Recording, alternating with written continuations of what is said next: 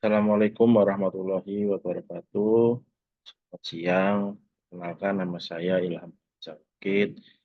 Di sini saya akan mempresentasikan ujian akhir semester saya tentang penjelasan tentang infografis akhir tahun 2022 ya, untuk mata kuliah Pasar dan Lembaga Keuangan. Sebelumnya saya berterima kasih kepada Bapak Wahyu Purwosantoso, SEMM CFRM CPOD, yang mana telah memberikan materi pembelajaran hingga sesi ke-16, sehingga saya dapat menyelesaikan eh, jawaban dari UAS untuk semester genap ini. Langsung saja kita mulai presentasi dari saya.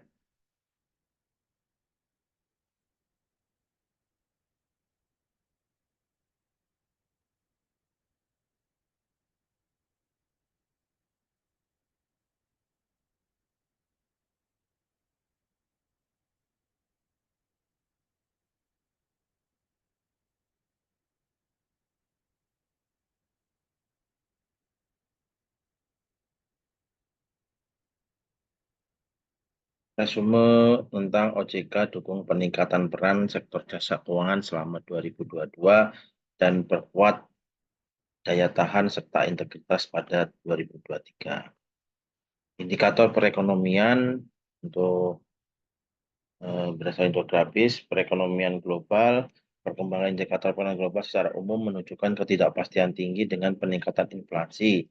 Hal ini didasari dari beberapa tindakan seperti pengetatan kebijakan moneter global berlanjut dengan peak kenaikan suku bunga yang lebih tinggi dan panjang, di mana suku bunga sekitar 5,5%. Perekonomian nasional mengalami pemulihan meski terhambat inflasi yang tinggi. Kinerja ekonomi nasional mengalami moderasi tetapi masih di level yang cukup baik. Perkembangan sektor jasa keuangan terjadi pasar modal, perbankan, industri keuangan non-bank.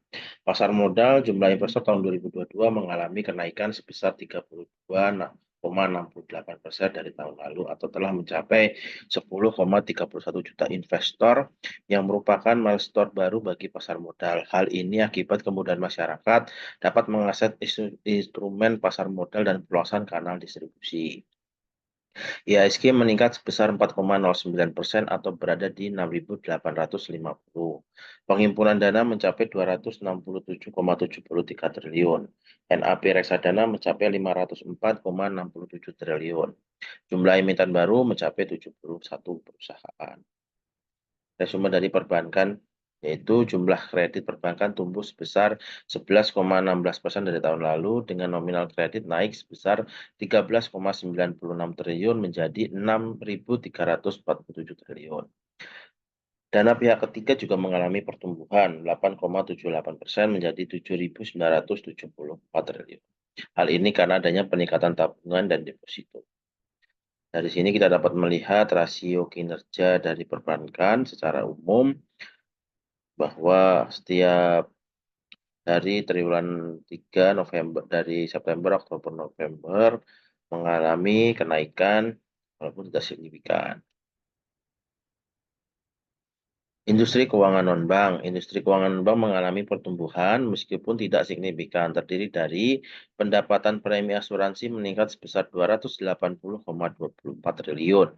Piutang pembiayaan mengalami pertumbuhan sebesar 12,90% atau sebesar 409,49 triliun. Aset dana pensiun juga mengalami peningkatan, yaitu 5,06% dengan nilai 341,87 triliun. Fintech P2P lending tumbuh signifikan, yaitu 50,40 triliun atau mengalami kenaikan 72,68%. Permodalan di sektor IKNB sangat terjadi melalui risk-based capital atau RBC, asuransi masih berada di atas threshold dan gearing rasio perusahaan sebenarnya tidak tercatat jauh di bawah batas maksimum. RBC asuransi jiwa sebesar 324,34%. LPJ asuransi umum sebesar 479,88%. Gearing rasio yaitu mengukur proporsi utang terhadap ekuitas dalam struktur modal perusahaan sebesar 2,01 kali dan NPL perusahaan pembiayaan sebesar 2,48%. Edukasi dan perlindungan konsumen tahun 2022. OJK berkomitmen terus melaksanakan program edukasi keuangan secara masif, baik secara tatap muka maupun online, melalui learning management system dan media sosial. Edukasi keuangan melibatkan 1.897 kegiatan dengan 9,1 juta peserta. Program percepatan akses keuangan daerah mencapai 428 TPAKD dan 1.360 program kerja. OJK menerima pengaduan konsumen sebesar 14.746 pengaduan dengan berbagai penyelesaian. Salah satu yang menjadi perhatian terdapat 426 iklan dari 17.960 iklan sektor jasa keuangan telah melanggar ketentuan yang berlaku dan OJK telah mengeluarkan surat pembinaan dan perintah penghentian pencantuman materi iklan kepada PUJK. Dari edukasi dan perlindungan konsumen tersebut, sebenarnya OJK telah mempunyai tujuan-tujuan yaitu dari pendidikan konsumen. Tujuannya itu meningkatkan literasi konsumen mengenai hak-hak mereka, termasuk hak untuk mendapatkan informasi yang benar, hak untuk memilih, dan hak untuk melindungi. Sehingga dari program yang perlindungan konsumen ini memberikan pendidikan konsumen sangat penting untuk memperdayakan konsumen dalam membuat keputusan yang lebih baik dan terinformasi. Melalui kampanye informasi yang efektif, konsumen dapat lebih waspada terhadap penipuan dan praktek bisnis yang tidak etis. Terus kemudian dari program edukasinya terdapat peningkatan pengawasan, yaitu bertujuan memperkuat pengawasan terhadap produk dan jasa yang beredar di pasar untuk memastikan kualitas dan keamanannya. Hal ini merupakan pengawasan yang ketat sangat diperlukan untuk melindungi konsumen dari produk berbahaya dan layanan tidak memadai. Ini juga mendorong pelaku bisnis untuk lebih bertanggung jawab. Dari program edukasi juga ini merupakan dari perlindungan konsumen ini salah satunya yaitu adalah penyelesaian sengketa, di mana menyediakan mekanisme penyelesaian sengketa yang cepat dan efektif antara konsumen dan pelaku usaha. Akses yang mudah dan cepat terhadap penyelesaian sengketa sangat membantu konsumen dalam menyelesaikan masalah tanpa harus melalui proses yang berbelit-belit. Ini meningkatkan kepercayaan konsumen terhadap sistem perlindungan konsumen.